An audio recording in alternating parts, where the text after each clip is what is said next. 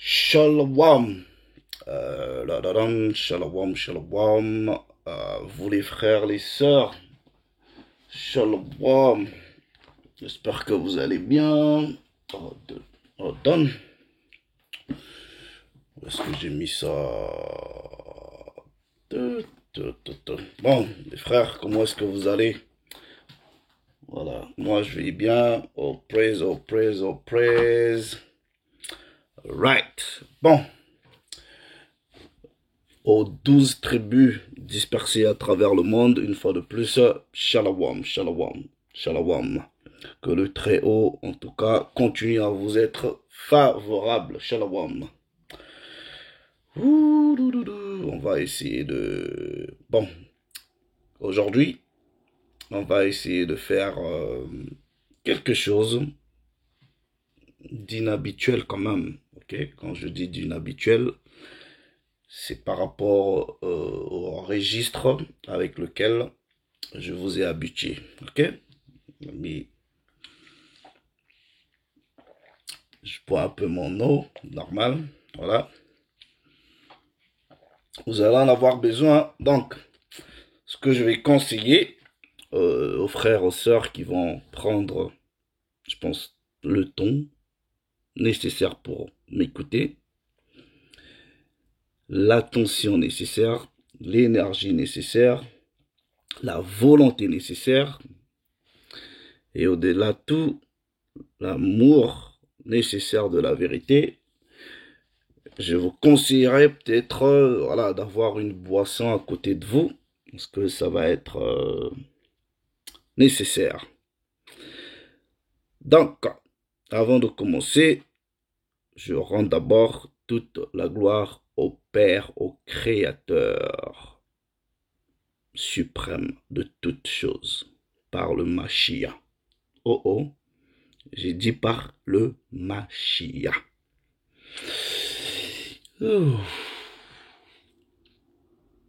Bon, c'est même là, ce qu'on va essayer de toucher. Ouais. Donc, pour ce faire, nous allons quand même aller plonger dans, voilà, un petit marigot, ok? Parce que on va pas prendre le risque d'aller dans un océan, voilà, on va pas prendre le risque de faire noyer beaucoup de gens. Donc, on va rester quand même dans un petit marigot, voilà. We can manage that, ok? Donc, ce que je dis, que ce qu'on va tenter aujourd'hui de faire, c'est inhabituel, c'est juste par rapport au registre auquel je vous ai habitué. Voilà. Ça veut dire quoi? Ça veut dire que j'aime pas à grande échelle, ok?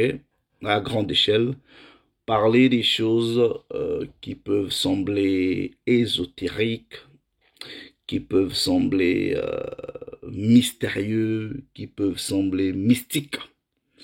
Voilà, parce que, voilà, c'est une appréciation personnelle, une volonté personnelle. Je n'aime pas le faire à grande échelle, pour une grande audience.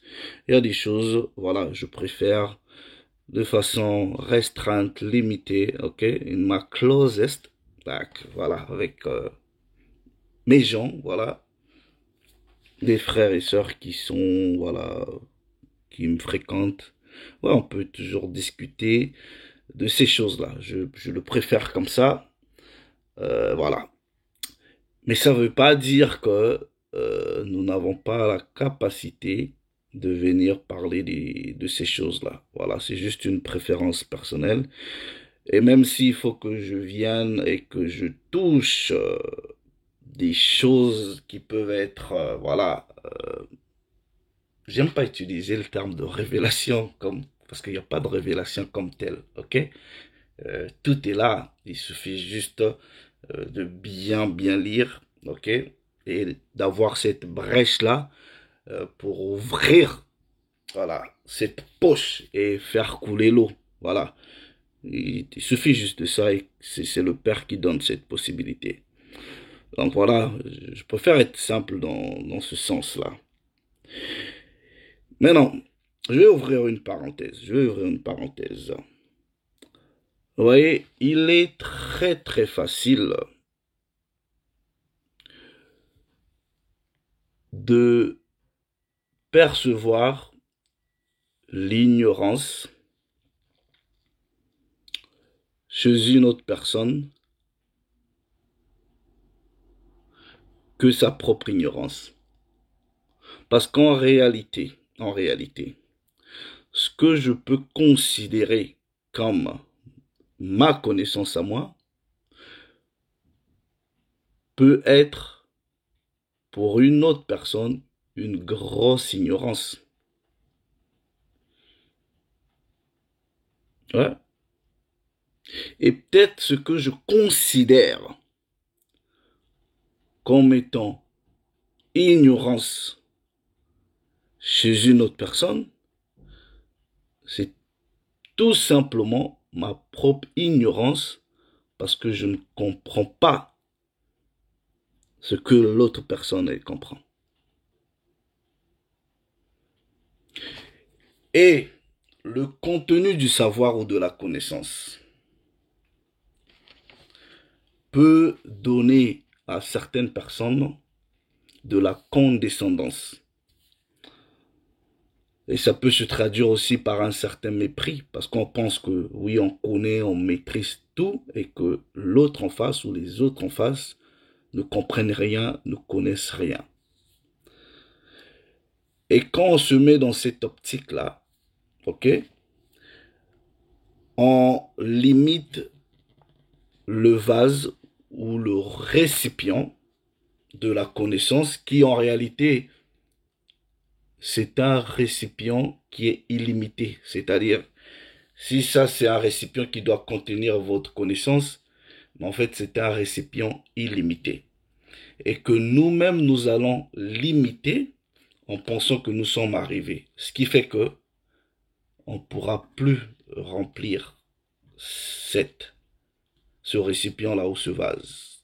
Parce qu'on se pense arrivé, on pense tout connaître, mais c'est un récit qui n'a pas de limite. Et que tous les jours, vous pouvez toujours déverser, verser, retenez bien, déverser, verser, remplir, or pour out de la connaissance. C'est pour cela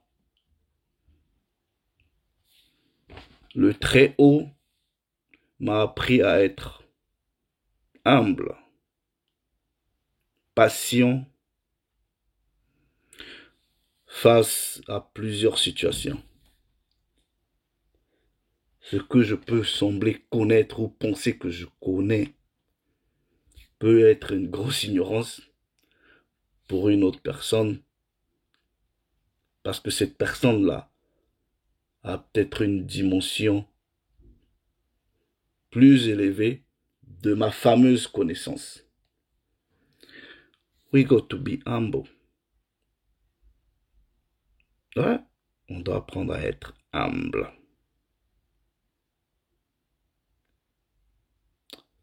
Jésus-Christ. Oh, il y en a. Quand vous dites Jésus-Christ, ils n'aiment pas ça. Le Mashiach, Yasha, Yeshaya, Yoshua, peu importe. Mais vous savez de qui je parle. On ne va pas faire ce débat-là.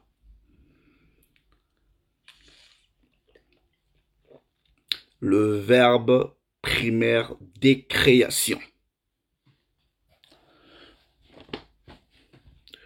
Le Messie en chef. Oh, Allègre, tu veux dire quoi par là? Je répète, le verbe primaire décréation. Le Messie en chef.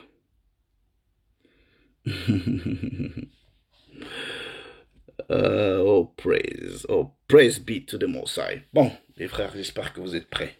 Now, regardez ceci. Quand vous prenez la Bible, vous ouvrez votre Bible. Parce qu'il y en a, comme je dis, ne croient pas au Nouveau Testament ou ils ne croient pas au Christ. Voilà, on n'est pas forcément là sur ce sujet-là. Mais je vais ici évoquer des concepts que l'on trouve dans ce qu'on appelle par la Bible. Mais peu importe. Quand vous prenez Jean 1:1, au commencement était la parole. Let me go there. Jean 1:1. Avant d'abord que... on va pas toucher à la notion de les traductions correctes, mais bref. Au commencement était la parole. Et la parole était avec Dieu. Et la parole était Dieu. Je dis bien, et la parole était Dieu. Ouh. Là, ça pose un problème. Et plus tard, je pense, en bas, on vous dit que, au verset 14, là, cette parole qui était avec Dieu au commencement et qui était Dieu s'est faite chair.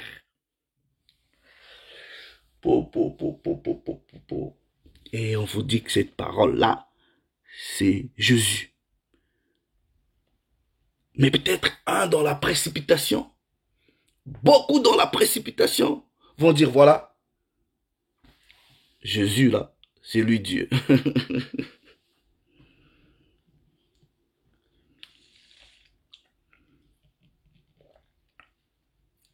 Jean 1:1 vous parle, disons, d'un commencement. Et on vous dit, au commencement là était la parole. Vous pensez que Jean 1:1, celui qui a écrit ça, il était fou? Peut-être qu'il était fou. Mais qu'est-ce qui a traversé la tête de ce monsieur-là pour parler de ça?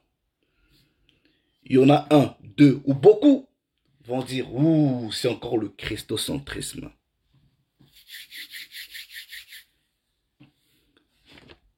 Mais si, est-ce que vous vous êtes posé la question? Mais si ces gens-là savaient ce qu'ils disaient, si et seulement si ils savaient ce qu'ils disaient,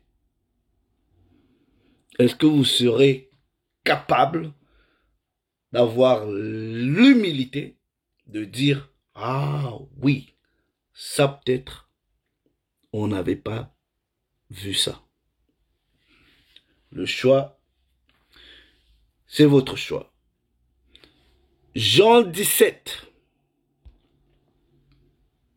Jean 17. Verset 24. Père, ça c'est le Christ qui parle. Je veux que là où je suis, ce que tu m'as donné, en parlant de ses disciples, soit aussi avec moi, afin qu'ils voient ma gloire. Oh oh, le Christ, tu avais une gloire, mais il va vous dire de quelle gloire il avait. La gloire que tu m'as donnée, parce que tu m'as aimé avant la fondation du monde. Avant la fondation du monde. Donc, est-ce qu'il est en train de dire ici, là, que avant la fondation du monde, là, mais de quelle fondation du monde parle-t-il? Il était là. Est-ce que Jean qui a écrit ça is crazy? What is going on? Jean, ça va pas?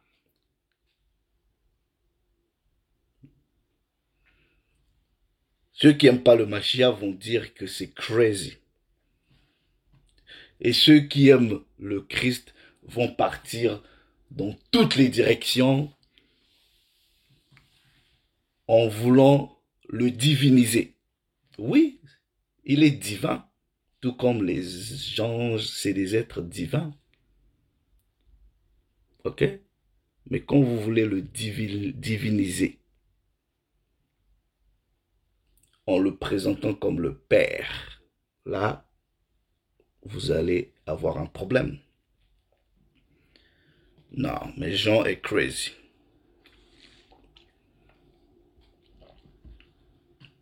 Peut-être que on peut se dire, bon, peut-être Jean, il a bu, je sais pas quoi, ce jour-là, il avait fumé. Donc voilà, on pense que Jean dans la tête, non, ça va pas. On va peut-être ailleurs. Colossiens, chapitre 1er. Un témoin, deux, c'est pas assez. Colossiens, chapitre 1er.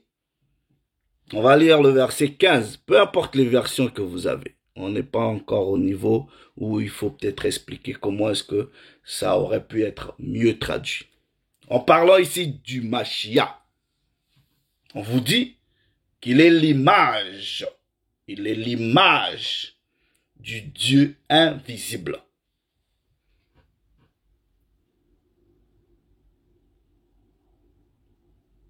Premier-né de toute la création. Mais attends, encore une autre création? Attends, lui, il est le premier-né de toute la création. Et qu'il avait une gloire avant la fondation du monde. Mais ce premier-né de toute la création-là, on va vous dire, en lui ont été encore créées toutes les choses qui sont dans les cieux, sur la terre, les visibles, et les invisibles, les trônes, les divinités, les dominations, les autorités. Tout, sans exception, a été créé par lui et pour lui.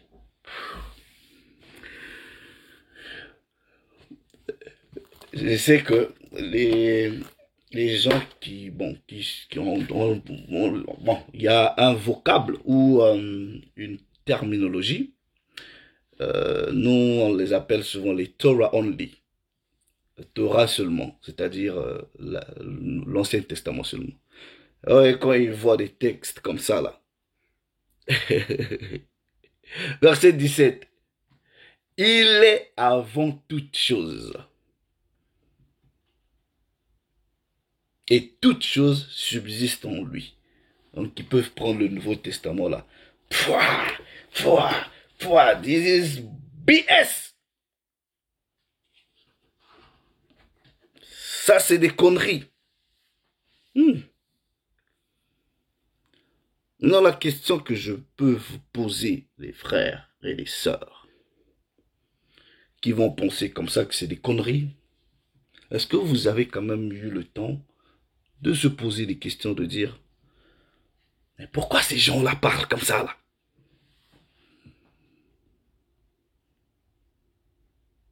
Non. Quand vous lisez tous ces textes-là,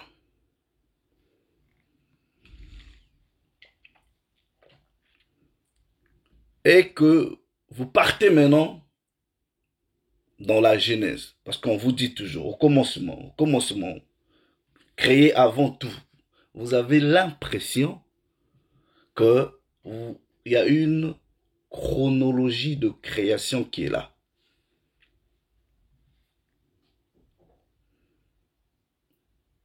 Non, Colossiens vous dit,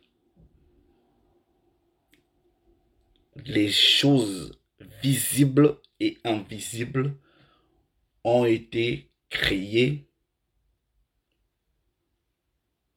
par lui. En tout cas, celui qui est l'image du Très-Haut. Non. Est-ce que vous pouvez aller dans le récit biblique? Par exemple, aller dans la Genèse, puisque dans la Genèse, on va vous parler de la création là-bas. Nous allons toucher ça. Nous situer, par exemple, à quand est-ce il va avoir la création des anges, parce qu'ils sont invisibles, non? Par rapport à nous. À quand est-ce? À quel moment, puisqu'on vous parle de la création. Donc on estime, c'est la création de toutes choses. Oh, je vais dire quelque chose. Bon, il va avoir des choses créées. Il va avoir des choses matérialisées où on va parler de l'émanation. Alright? Mais non. La création comme telle va se situer à ce niveau. Imaginez par exemple ce niveau, c'est le niveau de Genèse 1:1, où dans les Bibles actuelles, on vous dit au commencement. Voilà. Ok? Donc, comprenez que tout ce qui est création va être à ce niveau-ci. Ok? Selon Genèse 1, je vais vous expliquer. Mais avant, ici, là, on va pas utiliser le terme de création ici. Non. On va pas utiliser le terme de création ici. Je vais vous expliquer ça. Vous allez comprendre. Alors, allons dans Genèse chapitre 1. Genèse chapitre 1. Ok? On va vous prouver quelque chose. Pas vous prouver, mais vous expliquer quelque chose. Et on va voir si Jean 1:1, c'est une folie. On va voir si Jean 17:24 est une folie. Colossiens 1:15-17 est une idiotie. Et voilà, on va voir ça. Now, Genèse chapitre 1. Au commencement, Dieu créa les cieux et la terre. Au commencement, Dieu créa les cieux et la terre. Now, avant d'abord que je touche à ce verset-là, Bereshit, on va faire appel quand même, on va demander l'expertise de mes frères et sœurs qui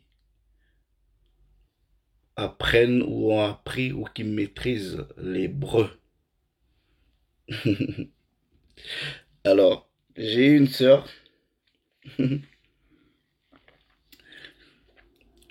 avec qui on a discuté. Elle me dit, ah frère, ouais, mais est-ce que tu peux me dire quel livre tu peux me conseiller pour apprendre le paléo-hébreu, pour peut-être aller, voilà, mieux comprendre les Écritures. J'ai rigolé. Je lui ai dit ceci. Un dictionnaire ou des livres pour aller apprendre le paléo-hébreu. Ouais, certainement, tu peux trouver. Mais comment est-ce que tu peux aller directement apprendre le paléo-hébreu si tu n'apprends déjà pas ce qu'on appelle par le yiddish ou l'hébreu actuel? C'est une absurdité. Pourquoi je dis ça? Si déjà le français d'aujourd'hui là, ok, je ne le comprends pas, je refuse de l'apprendre, c'est le français que Napoléon ou je sais pas qui l'a parlé que je vais mieux comprendre. Non, sérieusement. Vous voyez, moi j'habite en Angleterre. Si déjà l'anglais moderne là, courant, j'arrive pas à parler. C'est l'anglais que Shakespeare parlait que je vais aller directement apprendre et bien comprendre. Et venir dire que oui, j'ai appris ça là. Sérieusement? Si vous pensez comme ça, vous mentez à vous-même. J'ai des frères qui sont nés ici, qui n'ont eu que l'anglais comme langue. Mais deux fois, quand on étudie, ils n'aiment pas déjà lire la version de la King James 1611. Ok? Parce qu'ils disent que l'anglais qui est là-bas, là, c'est pas bien. Mais ils sont nés ici, grandis ici. Ils ont que l'anglais comme langue. Mais ils n'aiment pas la 1611. Ça veut dire quoi?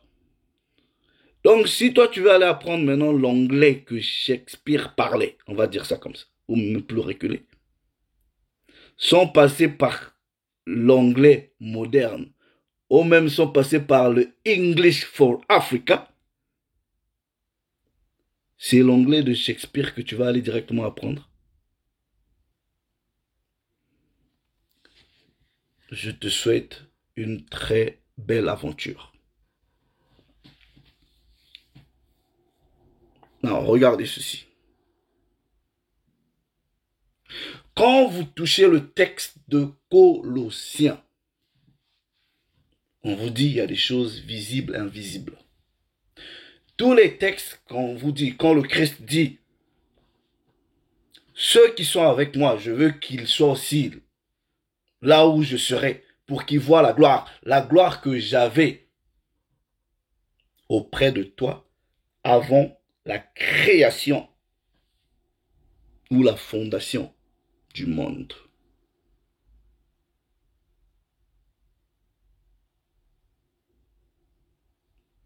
Est-ce qu'on peut aller dans les Écritures, vous prouver qu'il y a des choses ou des réalités ou des entités, s'il faut appeler comme ça. Si vous voulez même mettre le terme être, bref, c'est votre choix. Qui ont été créés, émanés ou matérialisés, peu importe, avant qu'on arrive à Genèse 1:1. Je vais faire ça un peu plus simple. En réalité, avant que les eaux, la terre, les cieux, tout ça là soit créé, il y a, selon la Bible, plusieurs éléments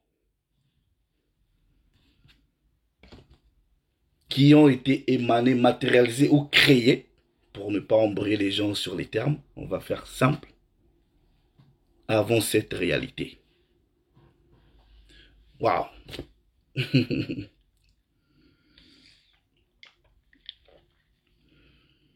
Et vous allez comprendre, si je vous montre ça, c'est que les gens qui disent dans Jean 1:1, Jean 17, Colossiens là, peut-être ils sont pas fous comme certains le pensent.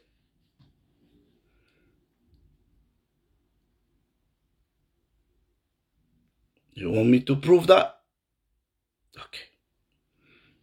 Ouvrez vos Bibles, peu importe les versions. Ouvrez vos Bibles.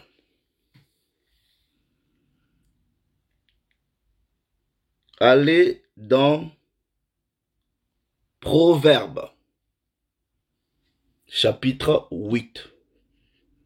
Proverbes, chapitre 8. Right? Proverbes, chapitre 8. À partir du verset 22. Ici, on va parler de wisdom ou la sagesse. Un concept que les Édomites vont tricher pour vous parler de Sophia. Ok? Bref. Proverbe chapitre 8, verset 22. L'Éternel m'a créé la première de ses œuvres. Prenez ces versets-là, comparez ça avec les versets précédents, notamment dans Colossiens. Regardez ceci. L'Éternel m'a créé avant. Non, l'Éternel m'a créé la première de ses œuvres.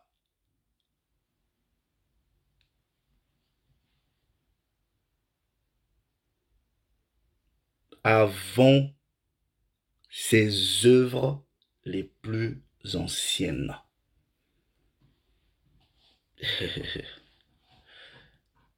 Donc, il y a des œuvres plus anciennes qui ont été créées, mais ici, là, cette entité se proclame la primauté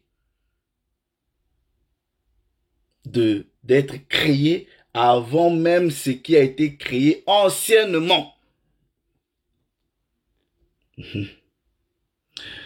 Quand vous repartez dans Colossiens, chapitre 1,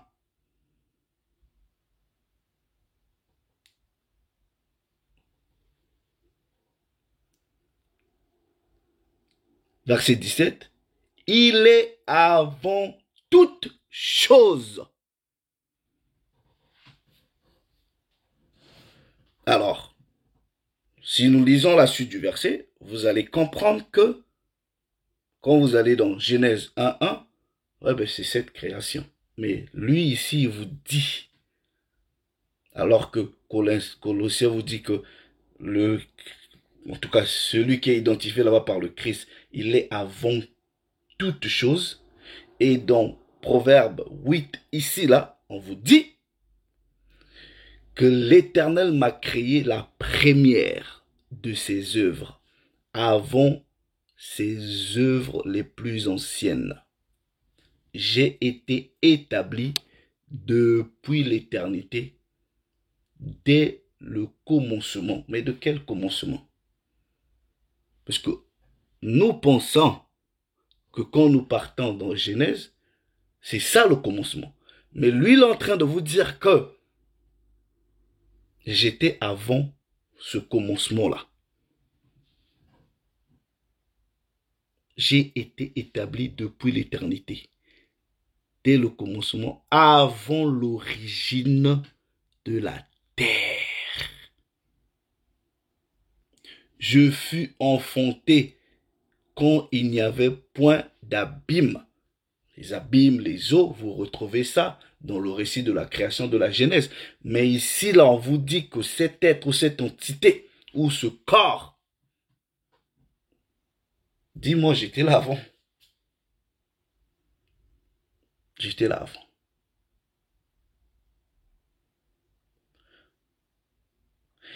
Il n'y avait, avant que les montagnes soient affermies, avant que les collines existent, je fus enfanté. Il n'y avait encore, il n'avait encore fait ni terre, ni les campagnes, ni le premier atome de la poussière du monde. Vous pouvez lire. Voilà. Verset 30. J'étais à l'œuvre. J'étais à l'œuvre auprès de lui. Et je faisais tous les jours ses délices. Oh oh.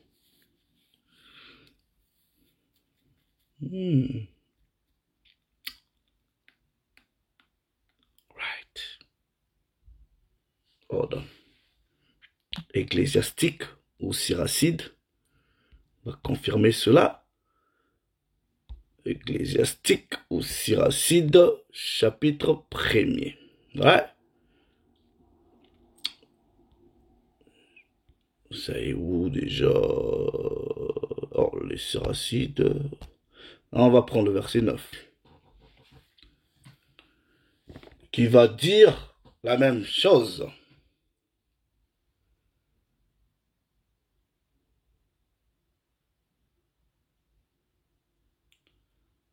C'est lui qui l'a créé et il l'a vu et il l'a fait connaître. Non, le verset 10, parlant de cette entité, ok? Ici, on parle de la sagesse, ok? Et on vous dit, il a pris cette sagesse-là et il a répandu sur toutes ses œuvres. Voilà. Comprenez le mouvement. Répandre. Répandre. Voilà. Comprenez ce mouvement, j'insiste, parce que ça va donner suite. Alright? À l'objectif du sujet. Répondre. Non, quand vous prenez d'autres textes, ok? D'autres préceptes, oui, on vous dit, la sagesse était déjà là dès le commencement. On parle de sagesse ou de parole. Donc, vous comprenez que déjà à partir de là, il y a des choses qui sont créées avant qu'on arrive à Genèse 1.1. C'est pas fini. Je vais vous prouver encore d'autres choses manifestées. Le trône de Dieu. Le trône. Non. Vous prouvez. Psaume, chapitre 83. Non, 93. Bon, pour des raisons, je vais vous... Ça c'est quoi? Ça c'est la Vulgate. Bref.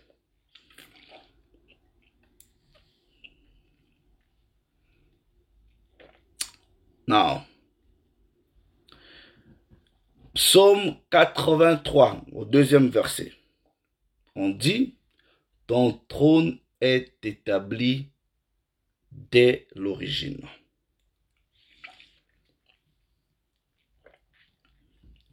Mais quand vous allez dans Genèse, chapitre 1, est-ce qu'on vous parle du trône là-bas qui a été créé, ou manifesté, ou émané? Je vais prendre le verset là dans la NLT. Hold on. Genèse. Non, Psaume 93, verset 2. Your throne, O Lord, has stood from time immemorial. Ton trône, on va dire peut-être déposé, ok, depuis des temps immémoriaux. Or, quand vous allez dans le récit de la Genèse, vous avez déjà, quand on vous dit, à partir de là, il y a un temps, puisqu'il commence à créer. Voilà. Mais quand il s'agit des trônes, des choses là, il n'y a pas la notion du temps, puisqu'en fait, avant ce qu'on va appeler la création de Genèse là, ils n'ont pas la même notion du temps que cette réalité ou le commencement de Genèse. Ils n'ont pas. Voilà pourquoi ce traducteur va te dire les temps immémoriaux. Où on va vous parler de la notion de l'infini. De la notion de sans limite.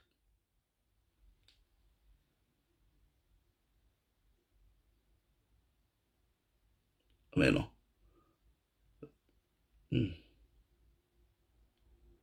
Vous voyez, par exemple, la notion de réfléchir, de penser, est une notion temporelle. C'est-à-dire, c'est une notion qui est limitée par rapport à cette création-là. Dans l'autre temps, c'est-à-dire le temps qui est infini ou illimité là, on n'utilise pas la notion de penser et réfléchir. Là-bas, on n'utilise pas ces notions-là. Bon. C'est pour cela que j'aime pas venir parler des choses comme ça parce que voilà, ça devient compliqué. I don't like it. Seriously, j'aime pas. Mais je suis obligé de faire pour aller toucher, en tout cas, vous prouvez la notion que celui qu'on appelle Jésus là, voilà, il est le Messie en chef. Il est le Messie en chef. Il va avoir plusieurs Messies et vous allez comprendre les dimensions des onctions. Ok? Parce que souvent les gens vont associer la notion du Messie, du Mashiach, à la notion de l'huile. On va vous montrer ça tout le long des Écritures. En tout cas, par rapport à cet exposé, et vous allez vous situer. Voilà. Non. Regardez ceci. On a parlé du trône. Mais je vais vous parler aussi ce que, bon, j'ai pas envie d'utiliser le terme d'enfer. Parce que ça, c'est aussi un autre sujet. Mais on va vous parler de la fournaise. De la fournaise ou du bûcher. Donc,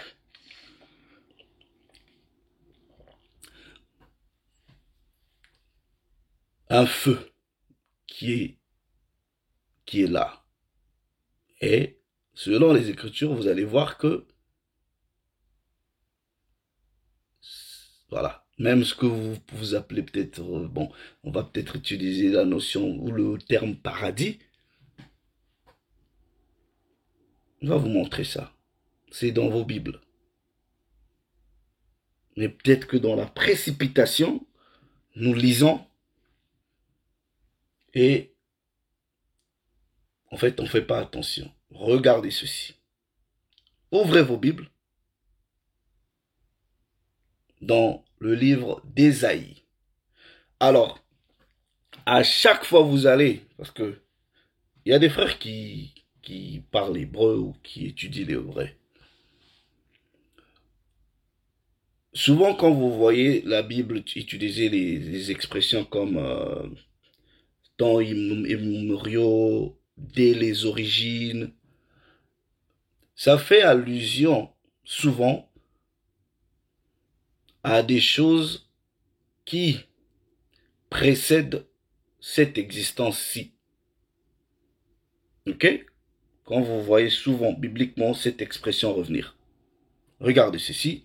Allez dans Ésaïe, chapitre 30. Ésaïe, chapitre 30. Non. On va prendre souvent les Bibles populaires. Ésaïe, chapitre 30. Et on va lire le verset 33. Dans cette version, on dit « Depuis longtemps, un boucher est préparé. » Je vous dis « Depuis longtemps, un boucher est préparé. » Il est préparé pour le roi. Il est profond, il est vaste. Son bûcher, c'est du feu et du bois en abondance. Le souffle de l'Éternel l'enflamme comme un torrent de soufre.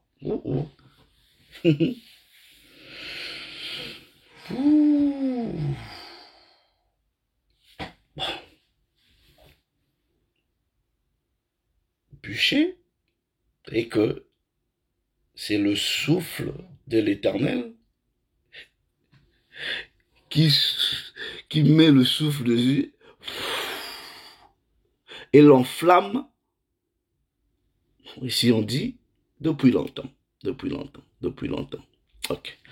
On va essayer de regarder les autres versions. Bon, dans d'autres versions, ouais, le bûcher là, c'est le terme toftet. Ok, je vais essayer de regarder ici. Je vais juste regarder, je sais pas comment est-ce que lui traduit ici là. Yeah, vous voyez, toftet. Ok, je vais prendre, je vais essayer les autres traductions en français là. Bear with me, brother and sister. Ok, veuillez m'excuser. Ok.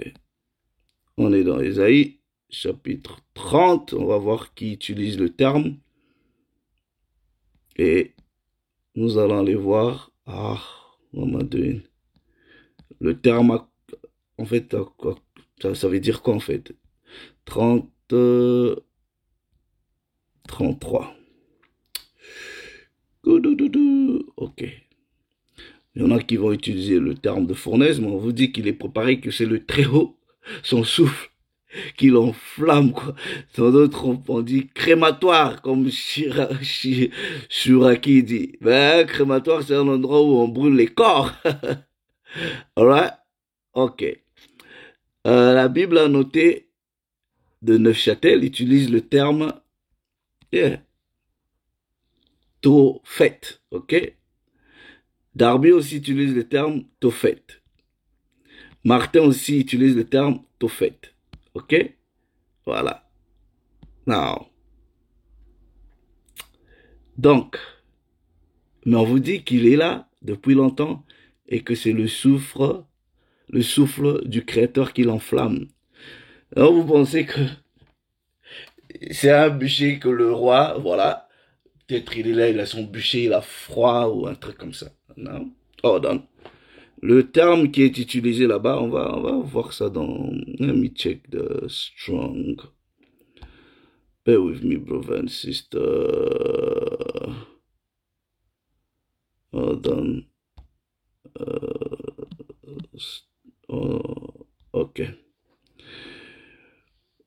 C'est bon, le code de strong, c'est 86 13. I think so. Je l'ai noté. Right. C'est un bûcher. Ok. Come on. Let's go. C'est un bûcher. Un lieu pour brûler. Mais non, c'était aussi un lieu à l'extrémité plutôt, sud-est de la vallée de Hinnom, au sud de Jérusalem. Right? Mais quand vous lisez bien, on vous dit que ce bûcher-là est préparé depuis les origines. Non, je vais essayer de voir comment est-ce que d'autres traductions le ressortent.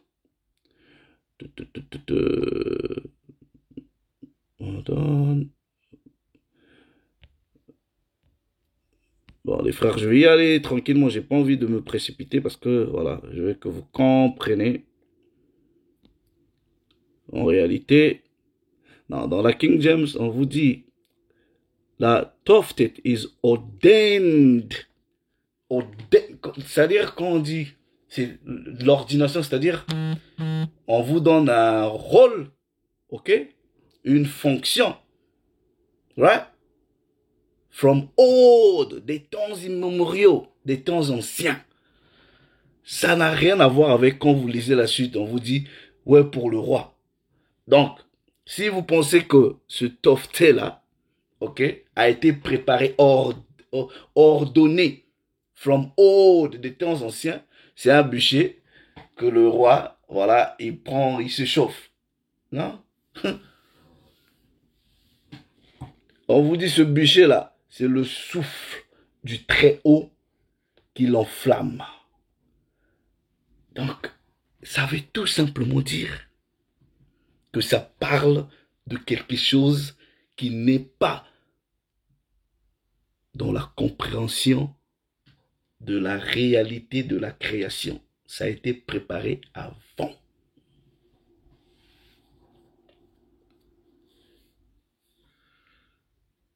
Non, pour quelle raison? Je ne sais pas. Je ne suis pas ici en train de corroborer le fait qu'il y en a qui vont penser que il y en a qui vont là-bas qui brûlent ou quoi que ce soit. Non, that's not what I'm saying to you.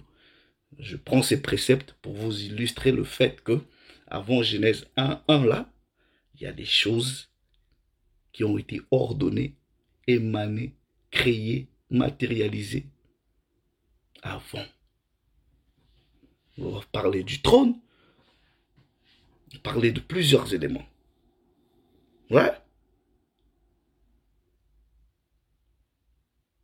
Bon, je vais toucher un dernier élément et voilà.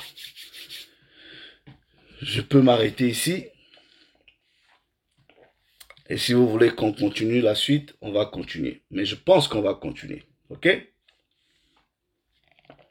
Now, je vais vous montrer encore un autre élément. Il y en a plusieurs. Qui ont été créés avant Genèse 1.1. Non.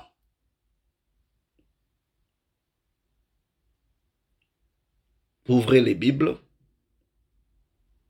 dans Genèse chapitre 2. Genèse chapitre 2. Ok.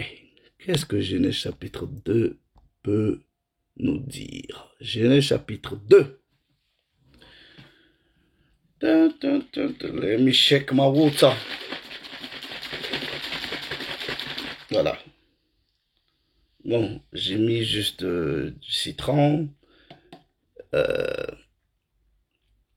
les feuilles de laurier et les cloves. Comment on appelle ça? En français, les cloves. Clous de... Les clous là, de girofle ou je sais pas quoi là. Yeah. Voilà. Ah, j'aime bien faire des trucs comme ça. You know, j'aime bien prendre des trucs voilà, qui sont naturels, qui boostent l'immunité. Yeah, I drink this. Really nice. Bon, Genèse chapitre 2,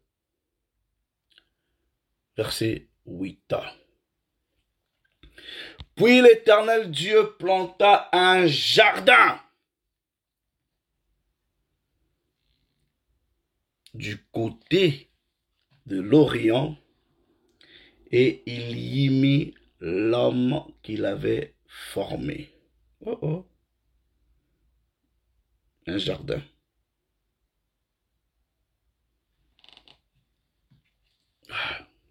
Bon.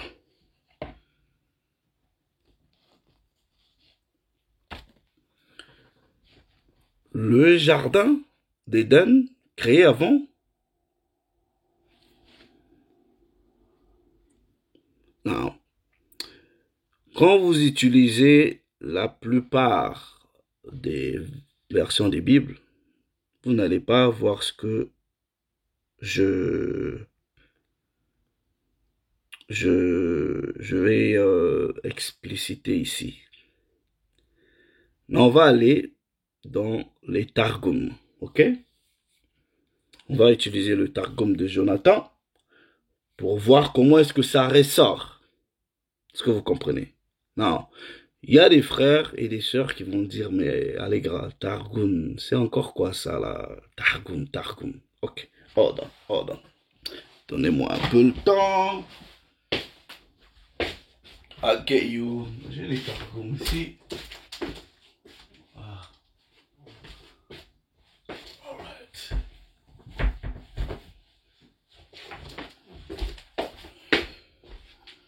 Voilà.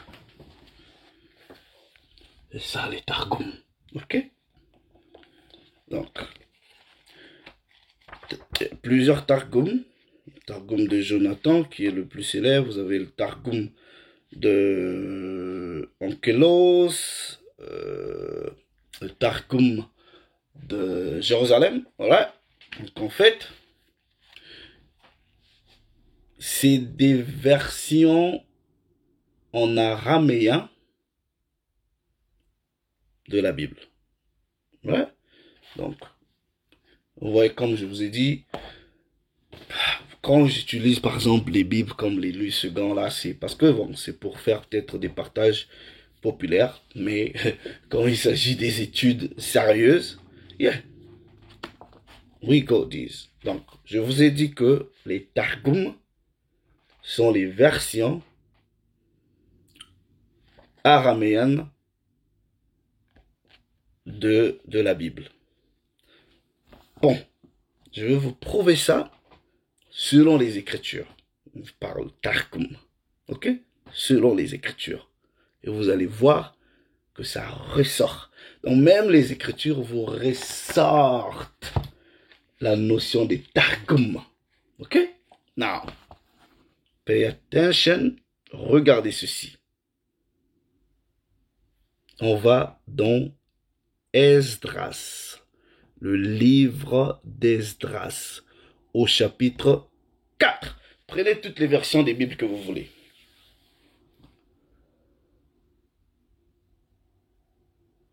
Le verset 7. Et du temps d'Artaresque, Bishlam, Mefretaf, Tabil et le reste de leurs collègues écrivirent à Artaxerxès, roi de Perse. La lettre, cette lettre, fut transcrite en caractères araméens et traduite en araméen. Ok? Non. Pourquoi je vous ai emmené ici? Vous allez voir. Ouais. Donc, je vais d'abord. On va aller dans la King James. Ok. On prend Esdras. Chapitre 4. Verset 7. Ouais. Regardez ici. On vous dit. Donc, bon, d'autres, on va dire araméen ou syrien. Ok? Non. On vous dit que la lettre a été interprétée ou traduite en syrien. Alright? Non. On va voir le mot interprété ou traduit. Ok? Qu'est-ce que ça veut dire? C'est ce mot-là, Targum. Ou ici on dit Tirgam. C'est ça là. Vous voyez? Donc. Strong's H, 8638. Tergame. Tergame. On va voir ce que ça donne en français. Donc ça veut tout simplement dire tout. C'est en fait, bon, c'est pas par rapport au précepte qu'on lit, mais c'est juste pour ressortir l'élément. C'est que les Targums sont la version en araméen, comment vous appelez, en araméen ou en syriaque. Voilà, des écritures. Ça veut tout simplement dire interpréter. Ok? On interprète. Tirgam ou Targum plus tard. Ouais? Maintenant, pourquoi je vous ai emmené ici? Tout simplement parce que on va aller dans les Targum. Vous allez voir que les Targum là vont ressortir la notion du jardin d'être créé avant. Alright? Parce que même ce jardin là, ça reste mystérieux. Regardez ceci. Let me go to. Ok. Dans les Targum, Genèse. Ok, je suis dans le Targum de Jonathan. On va au chapitre 2. Au verset 8. On donne. Targum, bon. Il va avoir une traduction en anglais. Hein? Targum. Oh là. On est au chapitre 2. Regardez ceci. Le verset 8. Where is it? Right. Now, il est écrit, and a garden from Eden, et un jardin de l'Éden pour le juste planté. Ce jardin-là a été planté pour le juste par ta parole. Right? Non, le Targum ici vous dit que c'est la parole qui a planté ce jardin-là. Et quand vous allez dans la Genèse, on vous dit que Dieu. Alright? Donc, vous allez avoir une autre perception du récit de la création. Les Targum ici disent que dans Éden, il y avait un jardin qui avait été planté pour le juste, estimant que le juste c'est Adam. Mais ce jardin-là plutôt, a été planté par la parole du Créateur.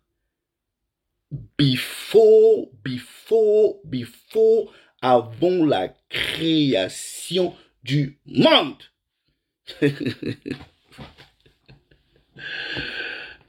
Right.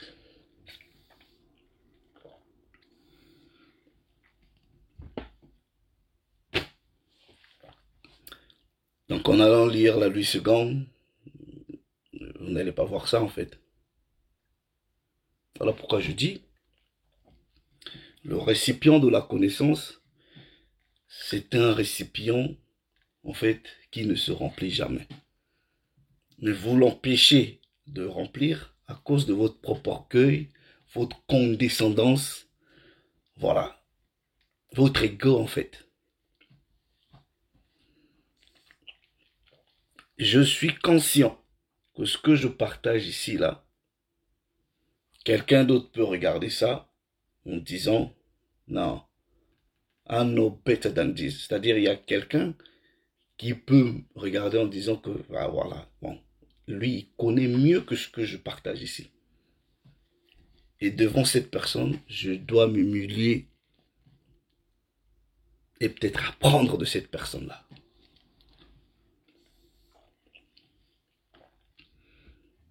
And a garden from le jardin d'Éden of the just was planted par ta parole, par la parole. Before the creation. Donc je peux vous montrer plusieurs éléments. C'est pour cela quand vous lisez Colossiens, on vous dit les choses visibles et invisibles. Boum! Ça peut vous perturber. Vous pensez que Colossiens est fou. Non. Non. Je reste dans les Targum. Ok? Je vais vous expliquer quelque chose. Non, je peux même quitter. Ok? Non. Nous allons dans Genèse 1.1. Genèse 1.1. Genèse chapitre 1, verset 1. Vous voyez, souvent nous parlons de la loi, voilà, il faut garder la Torah, la loi, blablabla, bref.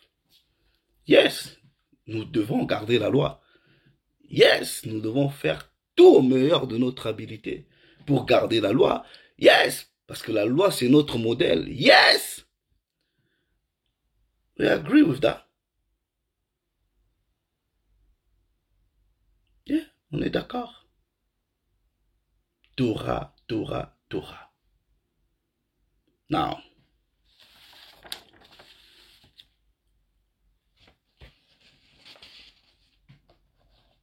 regardez ceci.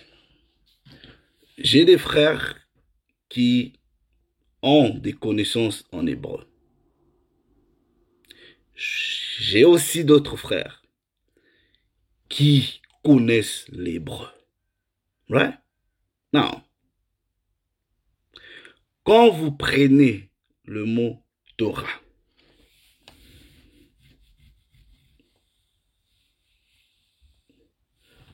vous faites le breakdown en hébreu, le breakdown.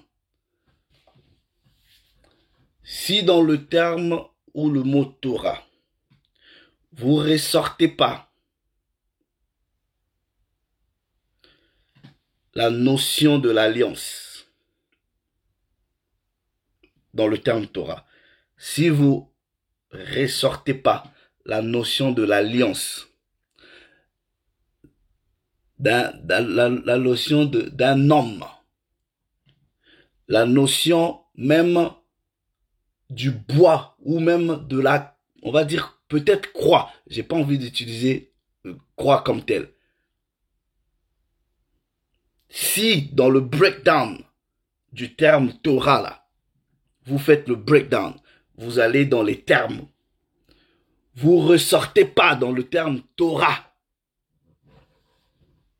la notion de l'alliance, de l'homme.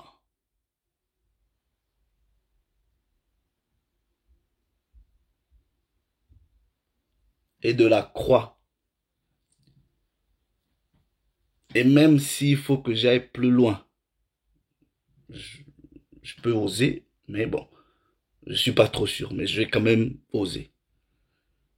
La notion même, la forme même, je peux pas dire pendaison, mais pas pendaison. Mais bon, on se limite seulement à la croix. Quand vous allez dans le terme Torah là, si vous ressortez pas ces notions-là de l'alliance d'un homme, la notion du bois ou de la croix, c'est que vous devrez d'abord aller apprendre l'hébreu moderne avant d'aller apprendre l'hébreu que vos ancêtres parlaient. Et je suis même pas un étudiant de l'hébreu. Mais je vous dis ça seulement. Je suis même pas un étudiant de l'hébreu. Mais je vous dis juste, si vous êtes honnête et que vous avez bien appris, c'est-à-dire dans les écoles où vous êtes parti, où vous êtes parti apprendre l'hébreu ancien, quand vous faites le breakdown du terme Torah, vous ne ressortez pas ces 2-3 notions-là que je vous ai dit, vous n'avez pas bien étudié, ou votre professeur à l'école de la langue hébraïque là, ne vous a pas bien enseigné.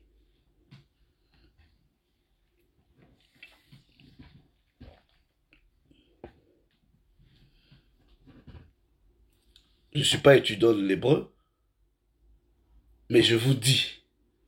Alors, si c'est pas ça, vous pouvez toujours venir nous corriger. En tout cas, me corriger, puisque c'est moi qui présente ces choses-là.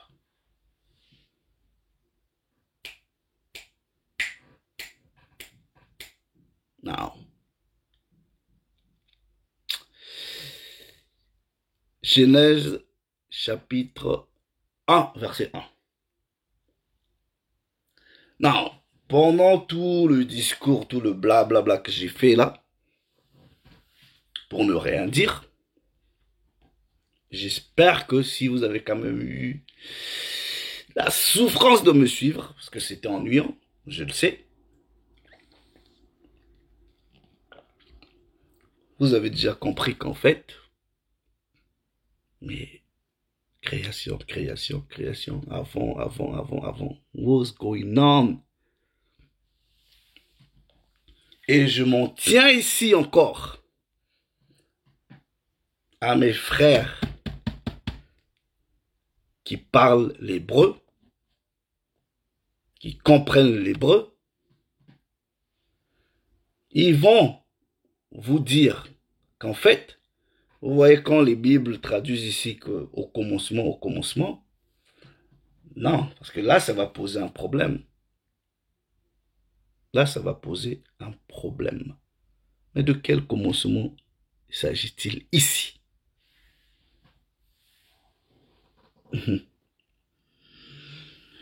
De quel commencement s'agit-il ici? Alors, ceux qui vont faire le breakdown du terme Bereshit, faites votre breakdown.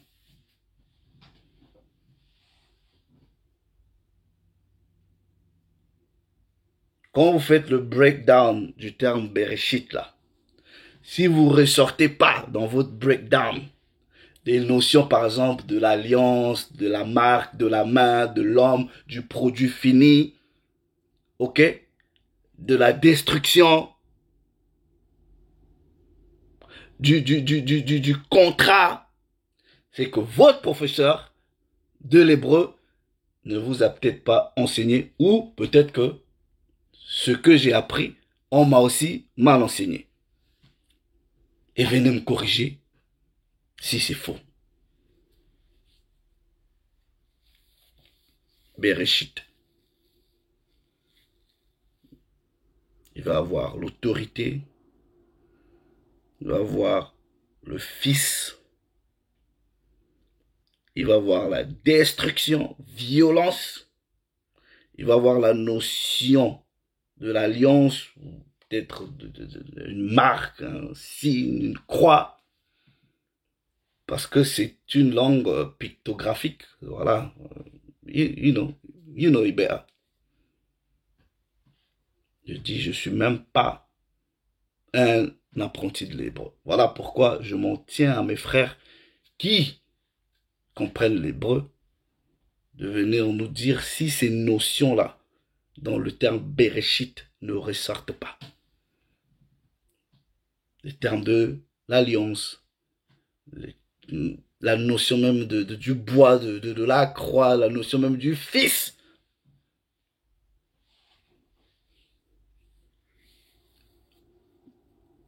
De l'autorité, si ça ne ressort pas. Dans le tav, dans ce que vous appelez le yod ou le yad, okay, la notion du produit fini ou de la main, okay, dans la notion du shod ou du shin, right, dans les aleph, dans les... Yeah. Si vous faites le breakdown 6, là, ça ne ressort pas, là.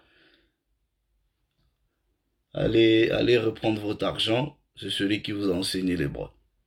Et je dis, je suis même pas un apprenti de l'hébreu. Mais je vous dis juste. Non. S'il faut faire une bonne traduction, ce ne serait pas au commencement. Et quand vous faites vos recherches dans différentes traductions, dans Genèse ici, ils ne vont pas utiliser la notion même du commencement. Ils commencent juste Dieu créa. Dieu créa. Dieu créa.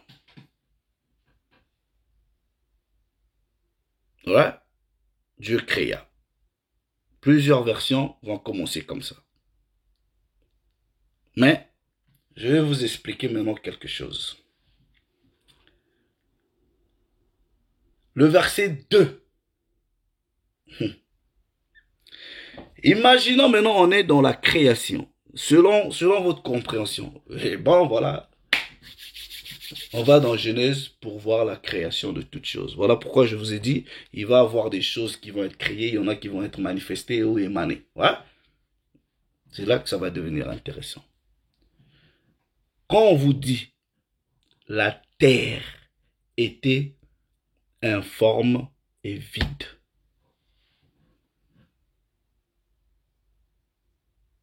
vous lisez ça, informe et vide, n'avait pas de forme et c'était vide. Mais le fait même qu'il n'y ait pas de forme, c'est une réalité. C'est une forme. Le vide en soi est un contenu.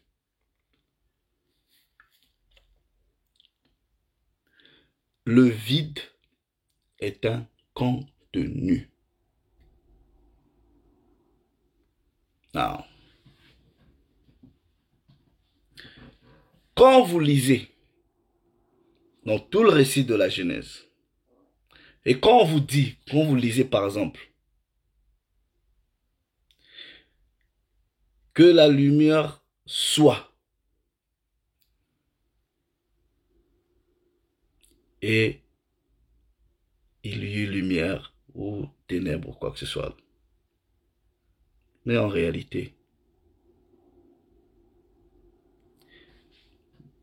Dieu ne peut pas ramener à l'existence ce qui n'a jamais préexisté avant en lui. Ou, je peux pas être bon, je vais utiliser peut-être le terme dans sa conscience pour qu'on comprenne. Non. Dans la plupart des versions, on vous dit la terre était informe, vide, vide, vide. C'est parce que l'hébreu va dire Quand on vous dit la terre était informe et vide, c'est ce qu'on va appeler par le tohu-bohu. Mais non. Cette expression tohu-bohu, c'est l'expression que le français va emprunter. C'est quoi le tohu-bohu? Quand on vous dit, ah, il y a du tohu-bohu, ça veut tout simplement dire qu'il y a un chaos, du désordre. Donc pour avoir un chaos, c'est-à-dire du désordre, le chaos, il faudra une forme d'existence. Sinon, le rien comme tel n'existe pas. Non. On va aller voir dans la Bible si, en réalité, oui, on vous parle du tohu-bohu. Alright? Regardez ceci.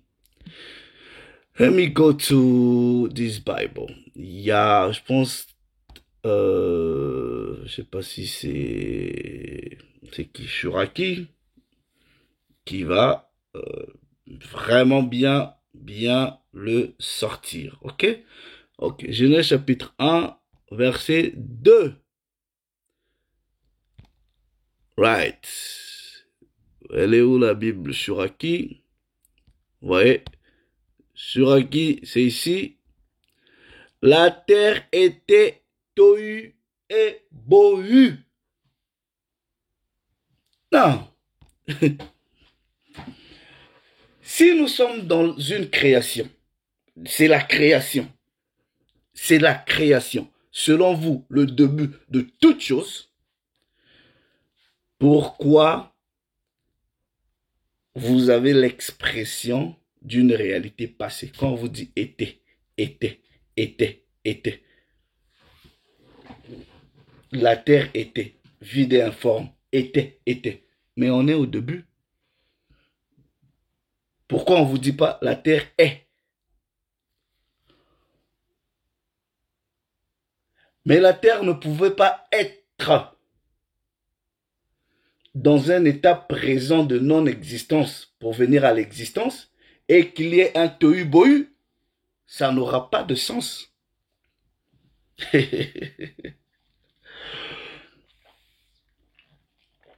Ça vous prouve déjà que avant la création, avant Genèse 1:1, il y a eu autre chose avant. Et quand on arrive à Genèse 1:1 là, cette terre qui était tohu-bohu devrait être maintenant réorganisée.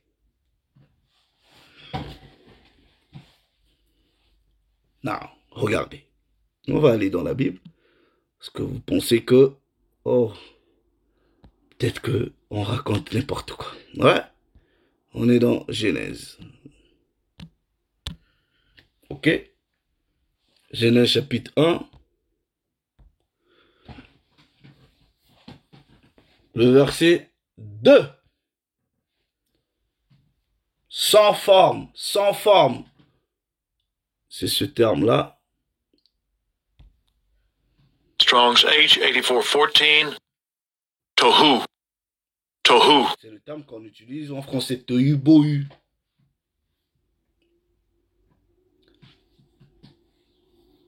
Sans forme.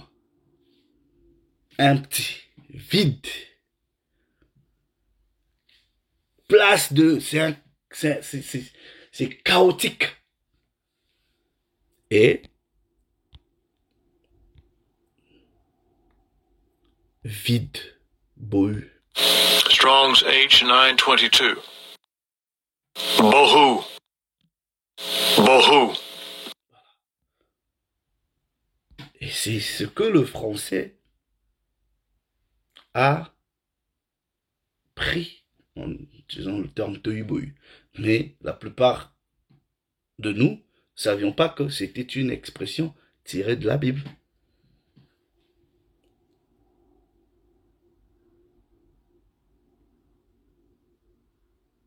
Non. Maintenant on vous dit qu'apparemment la terre était tohu-bohu, dans le désordre. Et Colossiens vous dit qu'il y a quelqu'un, en lui, toute chose a été créée. Et qu'au commencement était la parole.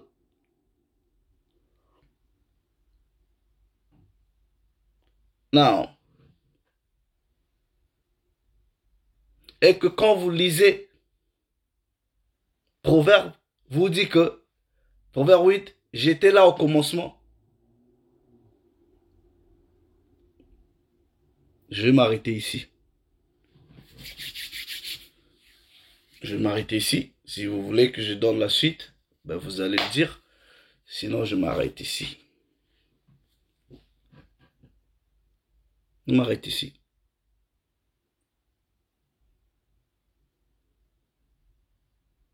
La terre était un désordre.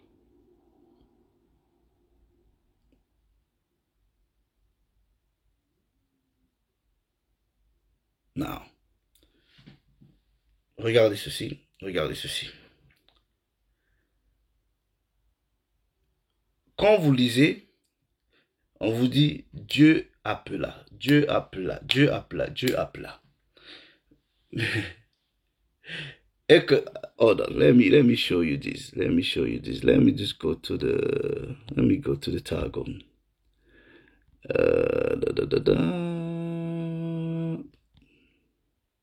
I'll show you something. Attendez. Attendez. Non. Attendez. Vous voyez quand souvent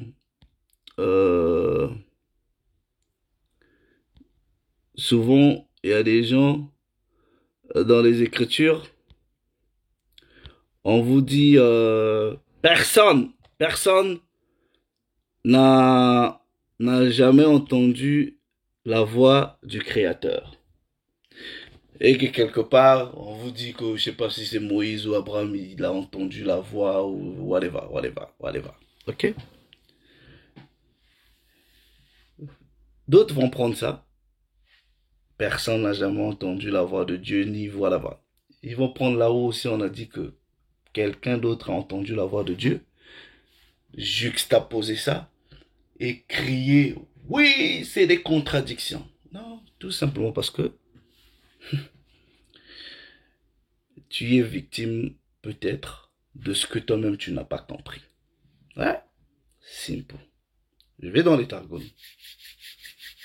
Non, regardez ceci. Quand vous prenez Genèse chapitre 3, Genèse chapitre 3, je pense m'arrêter ici, on va toucher la notion de l'onction, ok, maybe.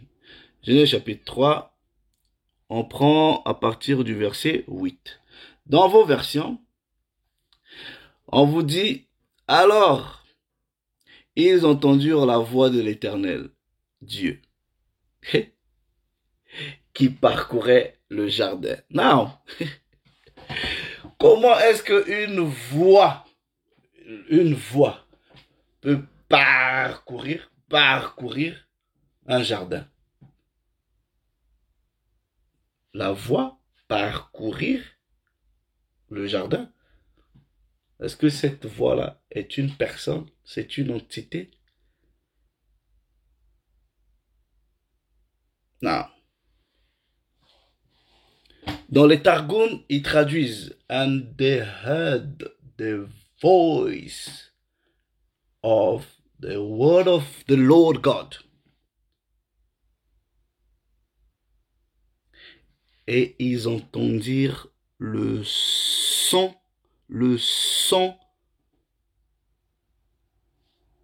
de la parole.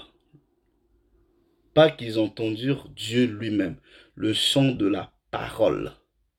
Puisque dans le chapitre 2, on vous dit que le jardin a été planté par la parole. Donc, quand, dans les Bibles, right? Le son de la parole, c'est la parole qui marche dans le jardin. Quand, ordonne, quand, quand, quand ok, regardez, le verset, par exemple, 10, ok? Dans les versions populaires, on vous dit, verset 10, et j'ai entendu ta voix dans le jardin. Ok, ta voix. Non, dans les Targum, on dit, et j'entendis le son de ta parole.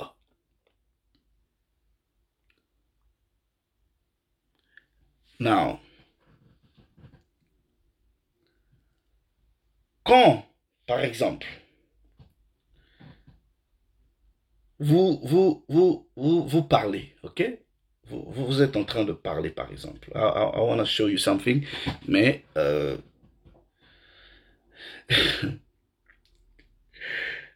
ok. Now, là, je parle, vous m'entendez, ok? Now, quand ma parole sort de moi, c'est plus moi. C'est-à-dire, ma parole m'appartient quand elle est dans moi. Ouais? Quand elle sort de moi, c'est plus moi. C'est une représentation de moi. Mais c'est pas moi. Parce que je suis ici. Ouais? Non. Si vous avez compris ça, vous allez comprendre pourquoi il est dit dans Ésaïe qu'il en est de même de ma parole. Elle ne sort jamais et ne revient pas sans avoir accompli ce pourquoi je l'ai envoyé. Je m'arrête ici pour aujourd'hui. Que le Très-Haut soit glorifié. Shalom.